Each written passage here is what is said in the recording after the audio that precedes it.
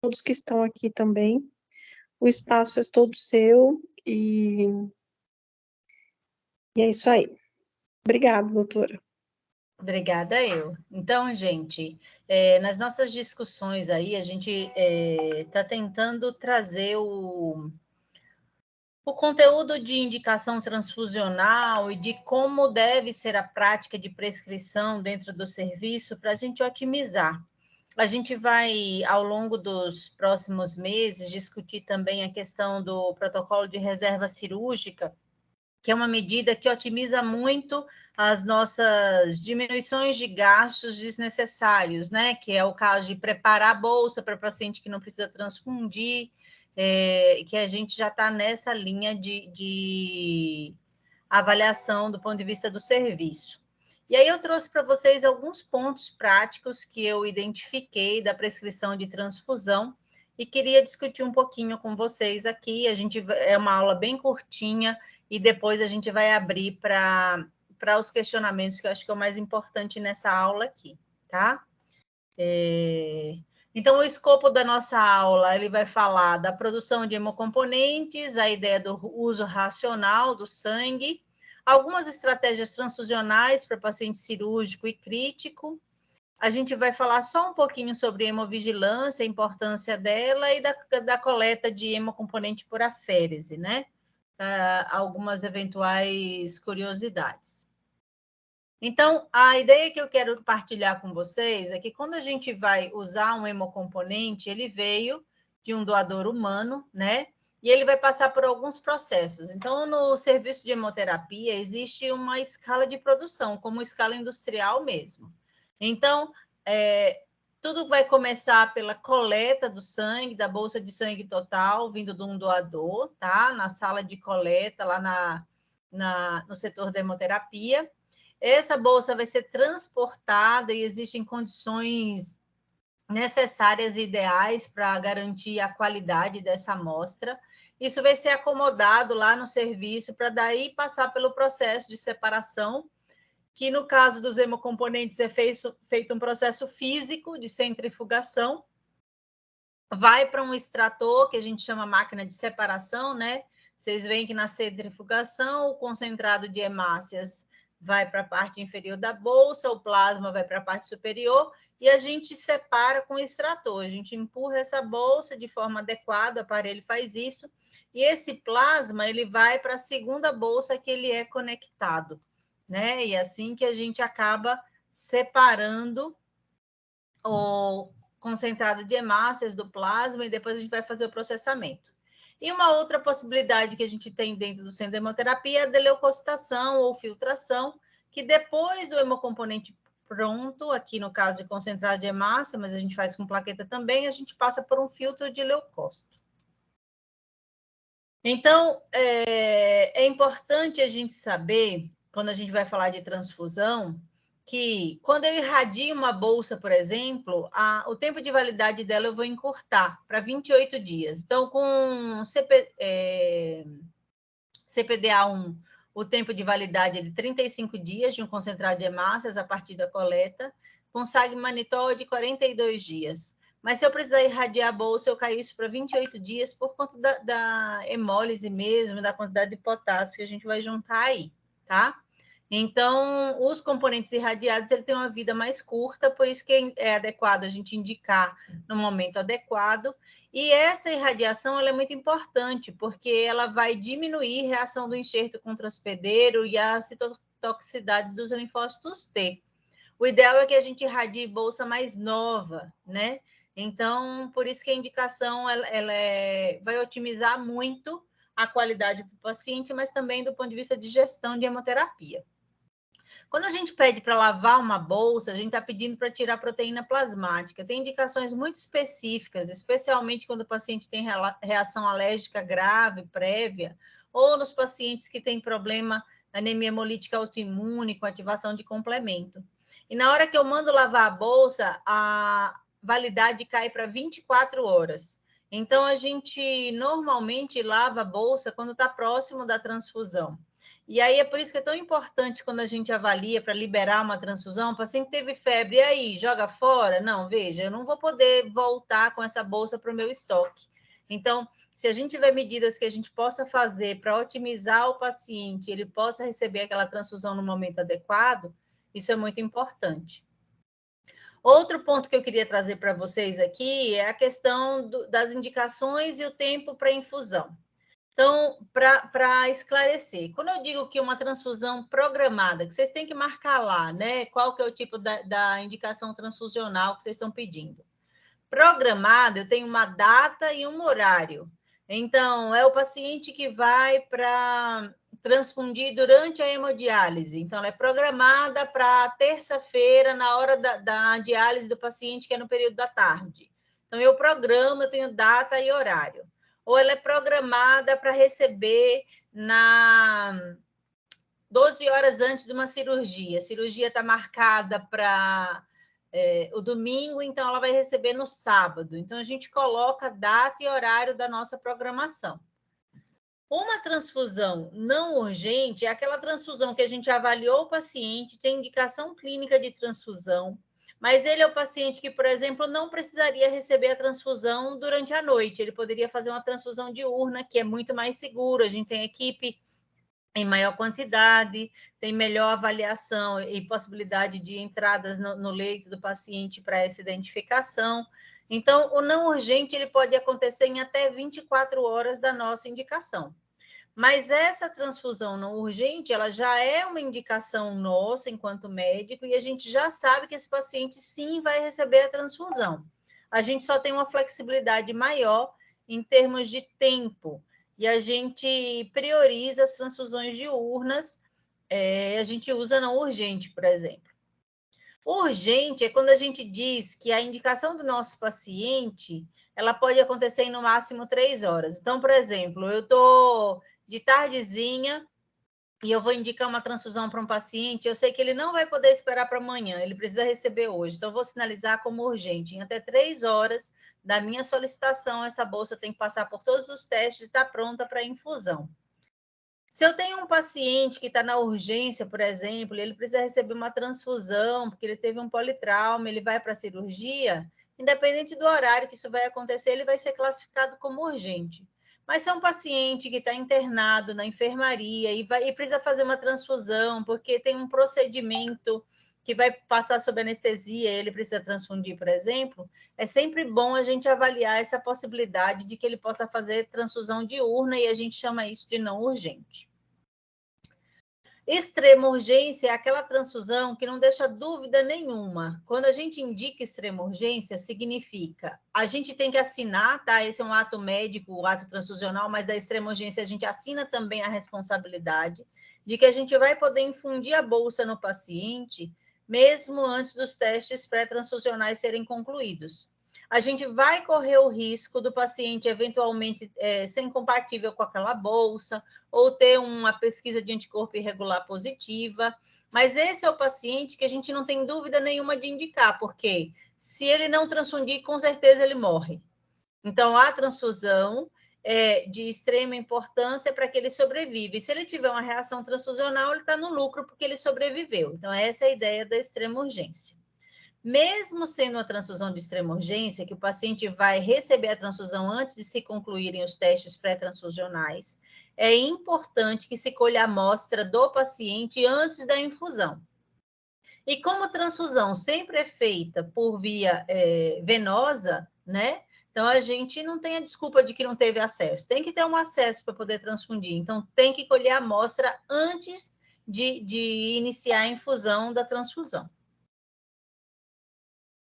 Quando a gente está falando dos hemocomponentes, a gente tem algumas peculiaridades que eu queria dividir com vocês. Então, por exemplo, o doador, ele doa o sangue total lá na doação convencional, e por aquele processo de preparação de hemocomponentes que eu mostrei no começo, eu vou separar o concentrado de hemácias do plasma fresco, que daí eu vou mandar congelar. O concentrado de hemácias, ele vai ter entre 230 e 300 ml a bolsa, e um hematócrito que circula entre 70% e 80%. No CPDA1, a validade é de 35 dias e ela precisa ser armazenada em geladeira 4 mais ou menos 2 graus. Então, eu costumo falar para os meus pacientes, por exemplo, quando eu dou um diagnóstico de leucemia aguda, que a gente pede, né, transfusão, pede para ter doação de sangue, eu costumo sempre orientar as famílias que não vá todo mundo de uma vez, porque logo quando se tem o diagnóstico, tem uma comoção aí, né? E aí, se todo mundo vai de uma vez, a doação ela pode acontecer para homens a cada 60 dias e para mulheres a cada 90 dias. Então, se todo mundo for de uma vez, em 35 dias, todas as bolsas vão vencer ao mesmo tempo. Isso não é interessante do ponto de vista gerencial e de estoque. Então, a bolsa de concentrado de hemácias, ela dura 35 dias no máximo no anticoagulante convencional que a gente usa aqui no serviço. Por isso que as campanhas elas devem ser otimizadas nesse ponto, tá? E lembrar que ela precisa ser guardada em geladeira. Então, quando ela vem lá da agência transfusional para infusão, ela não pode ficar esperando na bancada o paciente terminar o antibiótico, por exemplo. Então, por isso que é ideal que a enfermagem tenha essa sincronia com a agência transfusional. E muitas vezes, quando o pessoal da agência chega e o paciente não está pronto, ou teve febre, ele tem que voltar para armazenar de forma adequada. Em ambientes onde a gente tem refrigeração de hemocomponente fora da agência transfusional, a gente tem que ter uma geladeira própria para isso. Então, por exemplo, a geladeira de medicação do centro cirúrgico não serve para guardar hemocomponente, porque essa bolsa de hemocomponente ela é porosa, justo para essas hemácias que são tão viáveis, elas poderem oxigenar. Né? Então, ela não pode ficar sobre qualquer superfície pelo risco de contaminação bacteriana mesmo. O plasma fresco ele tem que ser produzido em até 8 horas da coleta do doador. Então, quando existem essas campanhas que vai no interior e coleta de vários doadores, se chegar depois de 8 horas na agência transfusional, né, no setor de hemoterapia, a gente não vai poder usar esse plasma para fazer o plasma fresco congelado. Ele vai poder ser usado pela fábrica para produzir albumina, mas não para fator de coagulação por causa da termolabilidade desses fatores.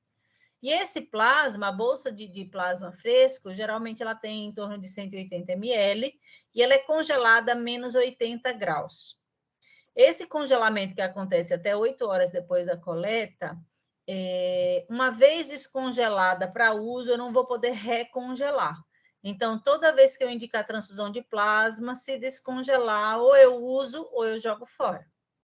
Esse plasma armazenado a menos 30 graus, em freezer menos 30 graus, ele tem validade de 2 anos. Se eu só tiver freezer menos 20 graus, ele tem validade de 1 ano. Então, você vê que plasma não costuma ser problema em relação ao estoque, tá? Mas a gente tem que otimizar, porque esse mesmo plasma que ele pode ser mandado para a fábrica, por exemplo, e produzir os fatores de coagulação. O crioprecipitado é um hemocomponente derivado do plasma congelado, tá? Quando eu quero produzir crioprecipitado, para daí eu ter os fatores que precipitam a frio, principalmente fator 8, antígeno de von Willebrand, fibrinogênio, eu pego o plasma fresco congelado e eu descongelo em 24 horas na geladeira.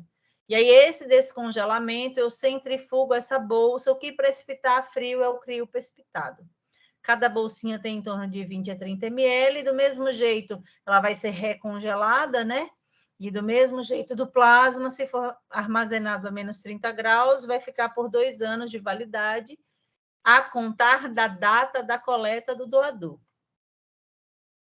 O concentrado de plaquetas tem uma particularidade especial, que ele tem uma validade de 5 dias. As plaquetas elas são funcionantes até 7 dias, mas depois do 5º dia, como essa bolsa é armazenada a 20, mais ou menos 2 graus, depois do 5º dia costuma positivar muitas culturas. Então, o máximo de validade da bolsa, segundo a vigilância sanitária, é de 5 dias. E ela precisa ser armazenada num aparelho chamado agitador, porque se essa bolsa de plaqueta ficar parada, essas plaquetas elas aderem na superfície da bolsa e elas fazem a agregação plaquetária in vitro, e eu quero que isso aconteça só em vivo. Cada bolsinha tem em torno de 45 a 60 ml, e as indicações transfusionais a gente vai falar um pouquinho depois. Quando eu estou falando de bolsa desleucocitado, filtrada, eu estou falando em retirar em torno de 99,99% de leucócito. E isso é importante para a profilaxia de aloimunização ou para o risco de infecção por agentes intranucleares, tipo citomegalovírus, por exemplo. Então, quem vai precisar de bolsa de leucocitada? Aqueles pacientes graves da hemato, com certeza, né, que tem insuficiência de medula óssea, os pacientes que vão ser transplantados, seja órgão sólido, doador cadáver ou transplante de medula óssea, tá? Os pacientes que tenham reação febril hemolítica, não hemolítica recorrente, então tem mais de 2 reações febris e a gente não consegue controlar com medicação, esse paciente vai precisar receber bolsa desleucocitada. Gestante, por conta do risco de infecção de bebê com CMV, bebê recém-nascido precisa receber desleucocitado. E os pacientes que fazem transfusão cronicamente, eles acabam fazendo uma imunomodulação pela transfusão. Então, é ideal que eles recebam bolsa de leucocitada. Quando que eu uso componente concentrado de hemácias ou plaqueta irradiado? O objetivo é a gente inativar a célula imunocompetente do doador, tá?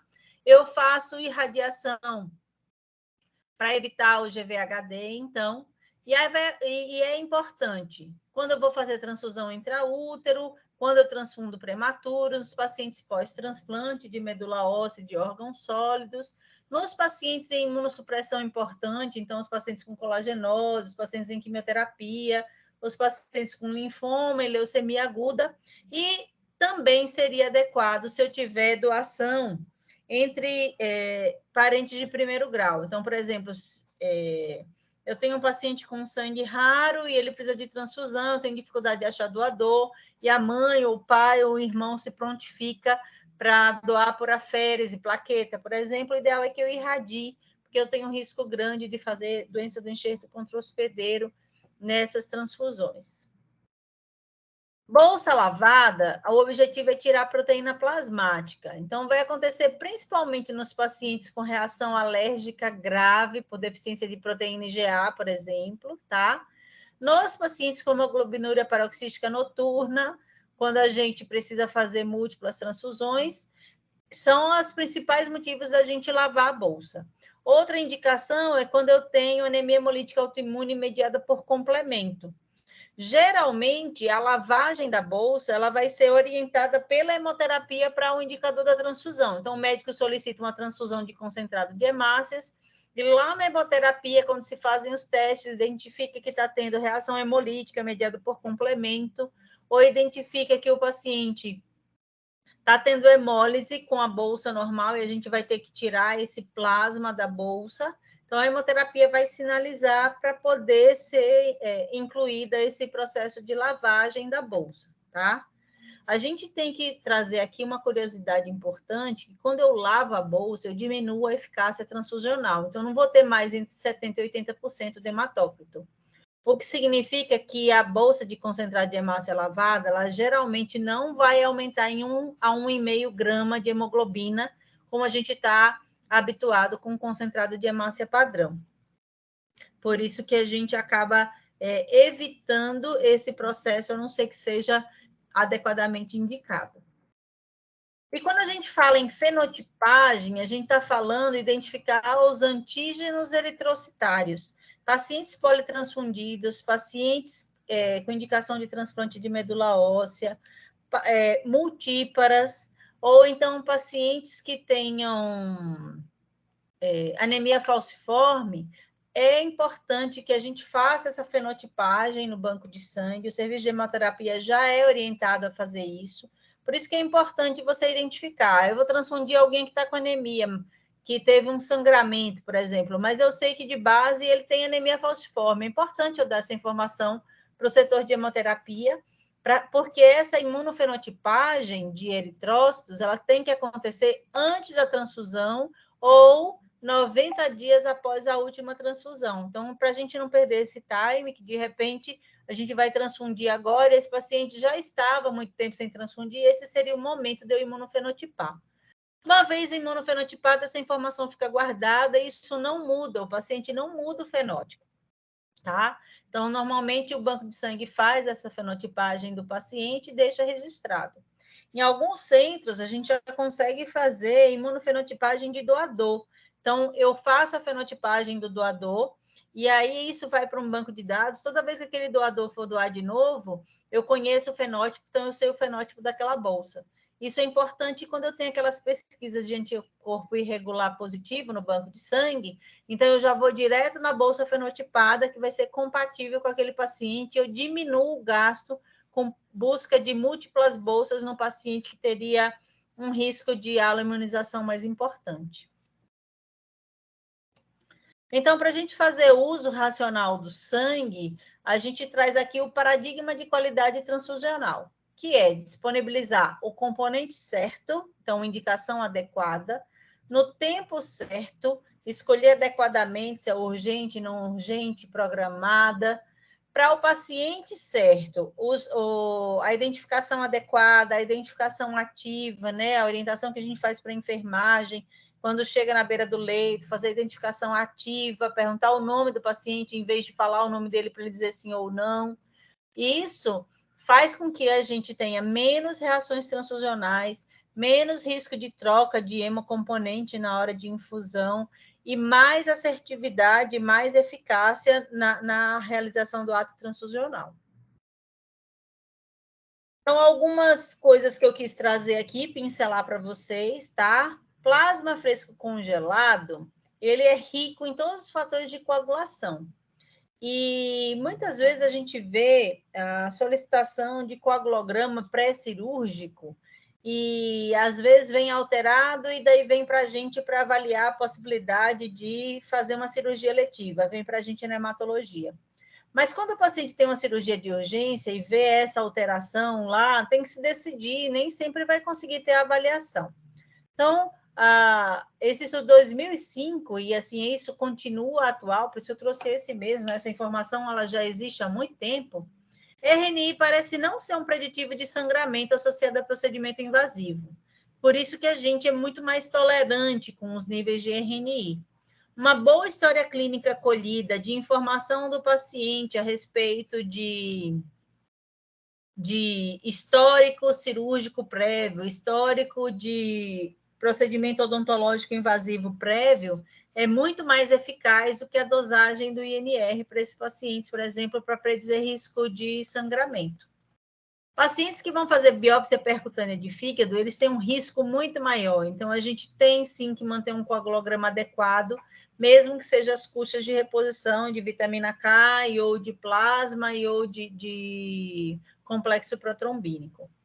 Pacientes que vão fazer a arteriografia femoral, só tinha um trabalho mostrando, e depois a gente se repete, nesse estudo aí eles viram um trabalho, mas a gente olha na literatura recente, continua com a ideia de que a gente tem que ter um coagulograma adequado, mas uma boa avaliação com um profissional assertivo no procedimento, dá menos risco de sangramento do que a gente se preocupar só com o coagulograma. Todos os pacientes com biópsia renal são de alto risco para sangramento, então são pacientes que a gente tem que corrigir esse coagulograma antes do procedimento.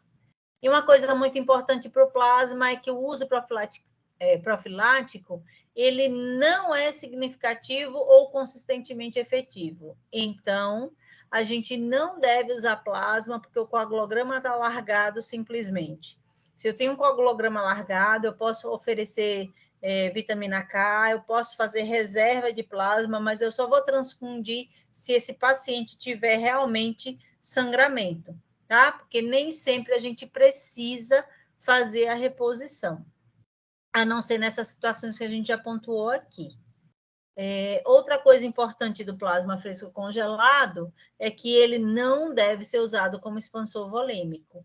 O objetivo dele é corrigir distúrbios de coagulação. Pacientes com púrpura trombótica vão fazer plasmaférese terapêutica, tem que usar plasma fresco congelado. Pacientes com intoxicação de cumarínica, com sangramento, a gente vai ter que usar o plasma fresco congelado na ausência de fator complexo protrombínico, tá? Nos pacientes com coagulopatia dilucional, com INR alargado, desde que tenha sangramento, a gente nunca deve usar empiricamente só por causa da alteração laboratorial.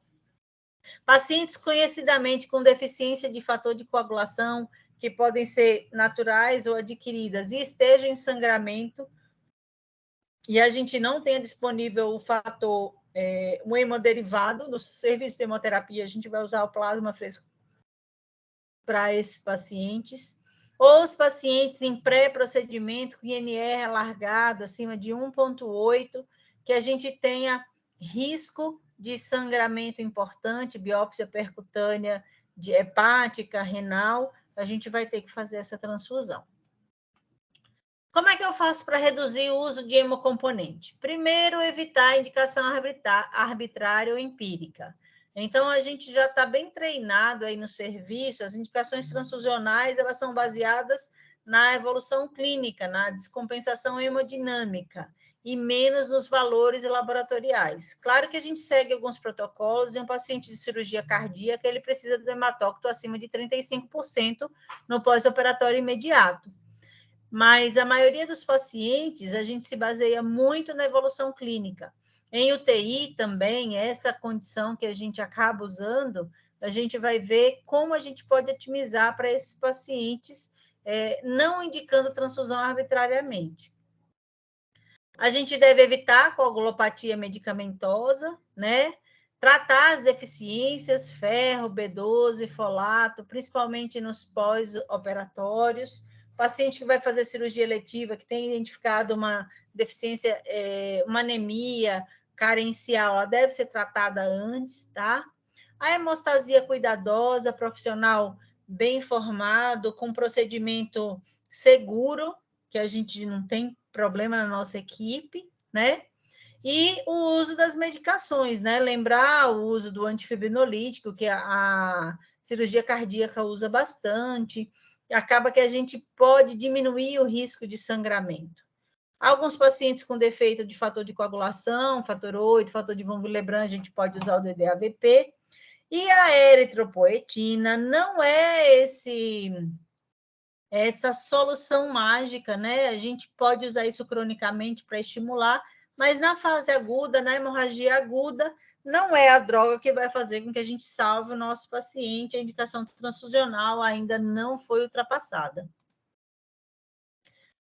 Então, a maneira de começar é parar de falar e começar a fazer. Eu gosto muito disso quando a gente fala em hemoterapia, porque a gente tem que decidir. A gente está com o paciente na frente, a gente tem que decidir. E é sempre bom que a gente decida pensando: se fosse meu filho, eu faria? Se fosse meu pai ou minha mãe, eu realmente indicaria essa transfusão? Essa é uma máxima que a gente sempre traz em hemoterapia, porque a melhor transfusão é aquela que acontece no momento preciso, mas a pior é aquela que a gente não precisaria fazer e o paciente recebe. Então, quando a gente tem distúrbio de coagulação, a gente tem que tentar trabalhar com as soluções coloidosmóticas, os cristalóides. Nos pacientes com cirurgia programada, a gente pode pensar na ideia de autotransfusão pré-depósito, né? O paciente doar para ele mesmo, fazer a reserva cirúrgica com sangue dele mesmo. Às vezes, em alguns serviços, a gente não tem aqui ainda, mas uma possibilidade é usar a máquina de recuperação de sangue no intraoperatório. E as transfusões halogênicas, que é o que a gente mais tem feito, né? Usar hemocomponente derivado de humano doado por doador altruísta em banco de sangue. Quando a gente vai fazer cirurgia, então a ideia é que a gente possa padronizar a reserva cirúrgica, tá? E aí tem um guia, que é o protocolo de reserva cirúrgica, a gente está terminando de validar o nosso. E isso, o protocolo de reserva cirúrgica, ele é baseado no nosso consumo local. Então, não é um protocolo que vem importado de outro serviço, é um protocolo desenhado com o uso e não uso de hemocomponentes no nosso serviço, para o perfil dos nossos pacientes, para os nossos perfis de cirurgiões, para as cirurgias que a gente tem no serviço. Então, a ideia não é deixar ninguém na mão e ninguém no apuro, tá? A gente tem algumas cirurgias que a gente sabe que raramente a gente precisa de transfusão, e nessas o adequado é que a gente faça o teste pré-transfusional, mas a gente não deixa a bolsa pronta. Em contrapartida, tem outras cirurgias que a gente sabe que os pacientes, mesmo com hemograma excelente, existe um risco maior de precisar de transfusão. E para esses, a primeira bolsa vai estar pronta, e aí, uma vez usada a primeira bolsa, a gente vai poder dar a sinalização para o banco de sangue para preparar as próximas, se a gente indicar que ele vai ter que receber mais de um concentrado de hemácias. E desse jeito, a gente minimiza aqueles preparos de bolsa de reserva cirúrgica que ficam lá na geladeira parados, esperando o paciente fazer a cirurgia. No final do dia, volta para o banco de sangue e eu não vou conseguir nem faturar isso daí, tá? Então, para serviço de hemoterapia, eu consigo receber por bolsa infundida ou por teste pré-transfusional. Mas se eu preparar um concentrado de hemácias como reserva cirúrgica e eu não usar, ela vai voltar para o meu estoque e eu não vou receber aquela bolsa. Mas se aquela bolsa, por exemplo, ela cair numa fase de perda de validade, a gente vai ter que jogar fora e descartar, e é assim que funciona. No intraoperatório, a gente deve tentar manter esse volume sanguíneo com solução cristalóide, tá? Adultos saudáveis, com concentração normal de hemoglobina, eles têm uma oferta de oxigênio 3 a 4 vezes maior que a necessária para o metabolismo tecidual. Então, deixar esses pacientes diluídos ou ter uma tolerância maior para anemia no intraoperatório, muitas vezes vai otimizar a resposta desse paciente. O objetivo principal é manter a normovolemia. Se eu tenho uma oxigenação adequada, se eu tenho uma saturação boa, a hemodiluição, inclusive, vai reduzir a hiperviscosidade e o risco de evento trombótico. A decisão de transfundir ou não é sempre um julgamento que deve ser baseado nas condições clínicas do paciente. Então, toda vez que eu puder tolerar esse paciente sem transfusão, certamente esse vai ser uma decisão mais acertada. Já na terapia intensiva, a gente gosta de discutir que mais de 90% dos pacientes acabam cursando com anemia na terapia intensiva. E que muitos desses pacientes vão piorando da anemia quanto mais tempo ele passa em unidades críticas, porque eles desenvolvem, a maioria deles, anemia do paciente institucionalizado. As múltiplas coletas de amostras acabam levando esse grau de anemia. Então, às vezes, a gente transfunde pacientes porque eles desenvolvem anemia durante a fase crítica dele, e não necessariamente é por uma doença de base, mas é por uma iatrogenia.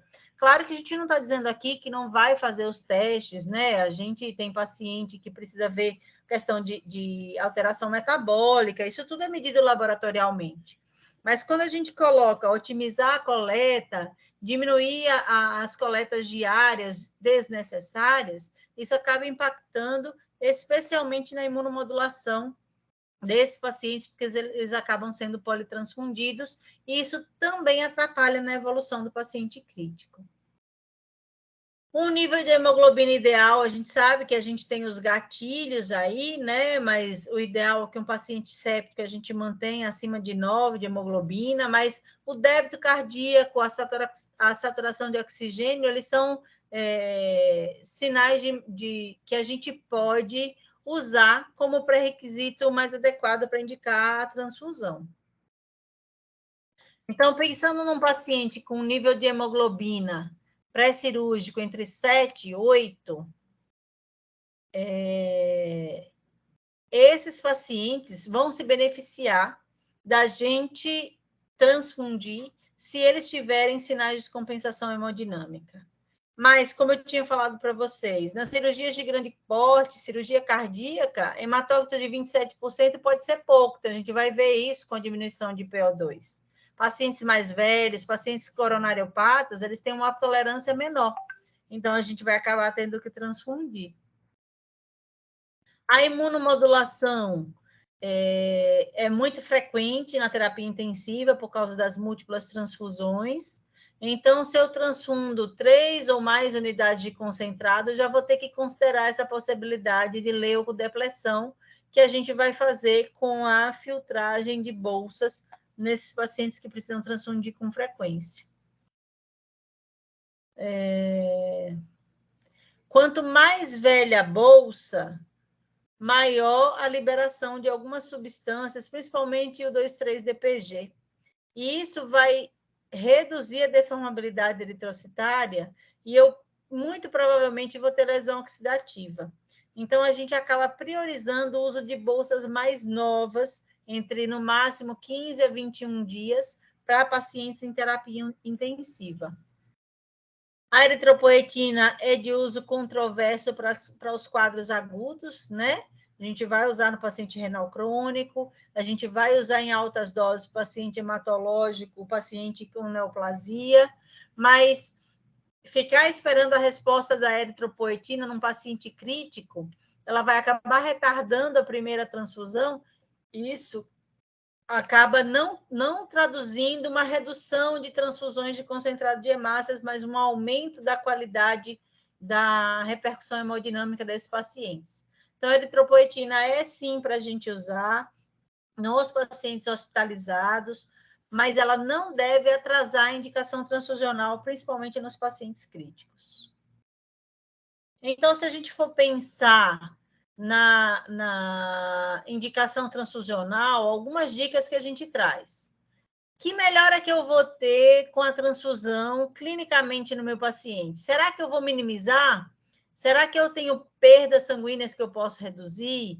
Será que eu tenho outros tratamentos que eu posso fazer antes de transfundir?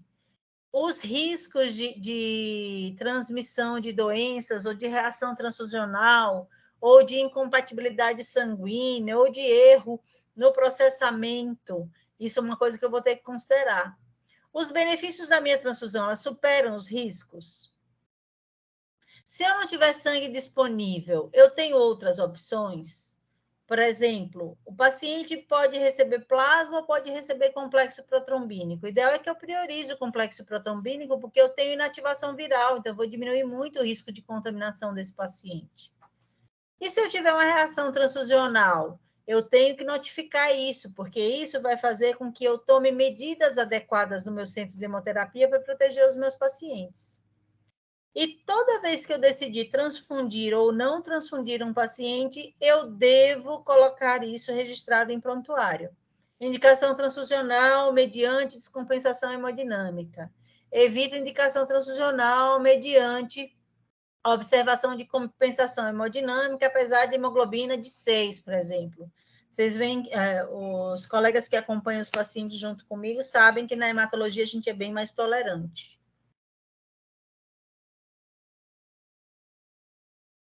Por fim, só trazendo a ideia da aférese, né?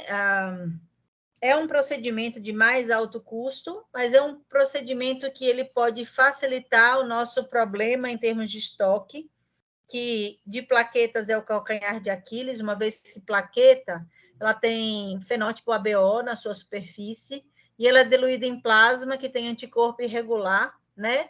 Então, o uso de plaqueta incompatível do sistema BO, ela faz muita alossensibilização, e daí, como ela dura só 5 dias, eu preciso ter uma quantidade muito grande de doadores. Nos últimos 5 dias, isso vai tornando mais difícil eu ter em estoque. Daí a otimização que se faz com a lista de doadores de plaquetas por aférese. Esse doador, uma unidade de aférese coletada em uma única doação, ela pode corresponder a 6 a 8 unidades de plaquetas randômicas. 6 a 8 doadores de sangue total, dos quais eu consegui separar concentrado de plaquetas. A rastreabilidade, ela é muito importante quando a gente raciocina em termos de hemovigilância. O nosso hospital, ele faz rastreabilidade e a gente precisa notificar as reações transfusionais que acontecem, porque isso traz mais segurança para o processo de transfusão, tá? Então, é muito importante quando a gente identifica os sinais de alteração clínica do paciente, ou se ele desenvolve um quadro de anemia aguda, hemólise, e tem uma transfusão recente, a gente tem que conseguir ligar essas informações e chamar o banco de sangue para poder notificar isso daí. No nosso serviço, a gente tem o processo de busca ativa de reação transfusional, tá? E as equipes de enfermagem, elas têm sido treinadas frequentemente para conseguir identificar, mas é a gente, enquanto médico, que vai poder dizer, sim, eu acredito que seja uma reação transfusional, ou eu acho que pode ser, é melhor chamar o banco de sangue, porque daí vai colher os testes, e os exames pré e pós, vão ser comparados os exames pré e pós-transfusionais, e talvez a gente possa indicar, por exemplo, filtragem de bolsa futuramente para esse paciente, irradiação de bolsa, ou lavagem de bolsa, quando a gente identifica reações transfusionais nesses pacientes. Lembrar que o arquivo de transfusão ele é armazenado por 40 anos, quer dizer, é muito tempo, a gente vai guardar essa informação da transfusão, né, daquele paciente, do banco de sangue. Então, isso tem que ficar muito bem documentado para que a gente consiga trazer mais qualidade para a nossa transfusão. E daí agora eu fico à disposição para a gente conversar, prometi não ser longa, o que a gente tiver de dúvida aqui. Oi, doutora Poliana, obrigada aí Sim. pela aula. Eu vou confessar que eu aprendi bastante coisa, viu? Ai, que Coisas bom. que eu nem imaginava que existiam. Tem uma pergunta no chat, acho que foi a doutora Tatiana Pavioni que colocou. Não sei se a doutora Tatiana tem áudio aberto, se quer fazer, senão eu posso ler aqui. Acho que CH é concentrado, né? Isso, concentrado de hemácia. Lavada, indicada por hemodiálise, mediada por complemento que o banco de sangue identificou. O banco sinalizará ao médico que requisitou para mudar o pedido ou o médico da hemoterapia modifica? Porque é importante que isso esteja no relatório de alta deste paciente, uma vez que ele pode ser transfundido em outro serviço ou outro estado. Isso, normalmente, aqui o nosso serviço, como ele é centralizado, né, as bolsas vêm todas do mesmo centro de hemoterapia, independente de onde é o hospital que o paciente transfunde aqui em Aracaju, na rede privada, essa informação ela caminha com o paciente no centro de hemoterapia. Dentro do hospital, é importante que a gente guarde essa informação no relatório, sim. E aí, o que normalmente se faz? O médico na hemoterapia dá autorização para fazer a lavagem, mas essa informação ela volta para o médico prescritor para que ele possa fazer a correção no prontuário. Esse é o fluxo mais adequado, né?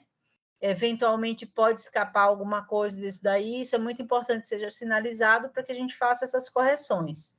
Mas a lavagem, ela vai ser sinalizada pelo serviço de hemoterapia, vai ser preparado para o paciente para não ter retardo, né, no tempo da transfusão, mas essa informação vai voltar para o médico prescritor para poder corrigir a solicitação de prescrição, até para parte de faturamento mesmo de convênio.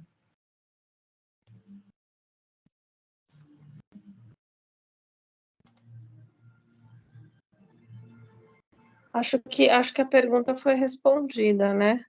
Pessoal, até a doutora Poliana está abrindo aí, eu coloquei no chat um link para preencher uma lista de presença, e aí eu vou pedir para, por favor, vocês acessarem. A maior parte dos campos é em checkbox, para a gente depois ter essa evidência aí, tá bom?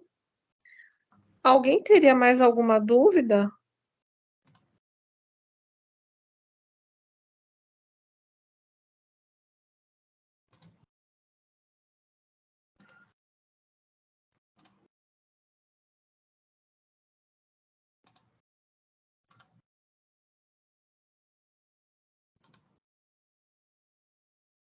Pessoal, tem mais gente com dificuldade para acessar o chat? Eu estou recebendo algumas mensagens aqui.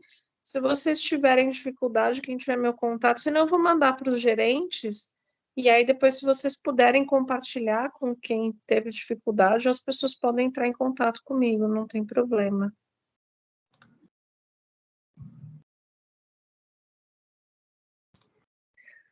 Doutora Poliana, no silêncio, eu acho que não teve dúvidas. Imagino eu que não teve dúvidas, ou as dúvidas vão surgindo ao longo do tempo.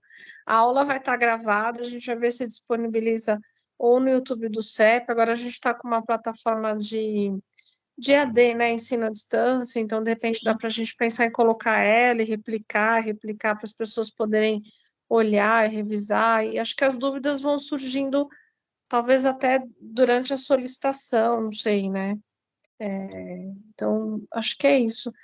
Eu estou vendo algumas pessoas aqui, doutor Diego, doutora Tatiana, doutor Rodrigo Cabral. Não sei se alguém quer fazer alguma colocação, trazer alguma coisa. O pessoal está todo em silêncio, né? A gente sabe que Dá um quando... medo, né, doutora? Dá um medo, Então, né, né? doutora? É que, assim, quando fica em silêncio, ou não foi muito esclarecedor, ficou chato demais, deu para dormir, né? Mas a ideia é que a gente cada vez mais olhe para a nossa transfusão, né, para a indicação transfusional, como um processo médico que de fato é, né?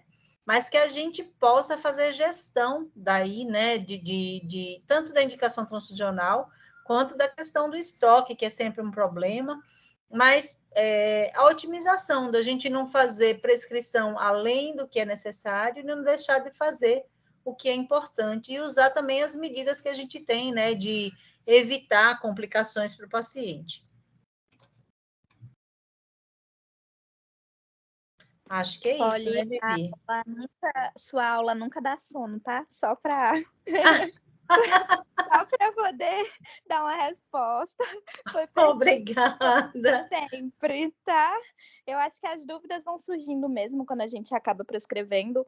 E eu achei muito bacana que você pontuou sobre os caráteres das transfusões, porque a gente que fica na intercorrência à noite, às vezes não fica muito Sim. feliz, sabe? Porque às vezes o paciente está clinicamente estável, mas tem uma hemoglobina menor que 7, aí o médico assistente acaba pedindo a transfusão, que não precisaria ser à noite, né?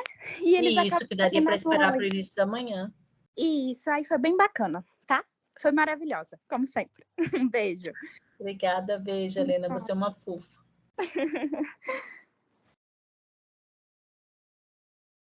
Bom, gente, acho que é isso. Eu acho que é isso, doutora Poliana, muito obrigada por estar com a gente aqui. E, e aí, quem sabe nos vemos nas próximas. A senhora deu uma na unidade de urgência, uma aqui com a gente. E realmente, a senhora tem uma didática, fala com muita fluidez, né? A gente percebe o carinho que tem, o amor que tem pelo que faz. Então, acho que é isso. Pessoal, se ninguém tem mais nenhuma dúvida, acho que a gente pode jantar, descansar, curtir a família aí. Obrigada, Tá bom? Vivi. Obrigada, doutora Poliana. Um bom descanso, pessoal. Obrigada. Tchau, tchau.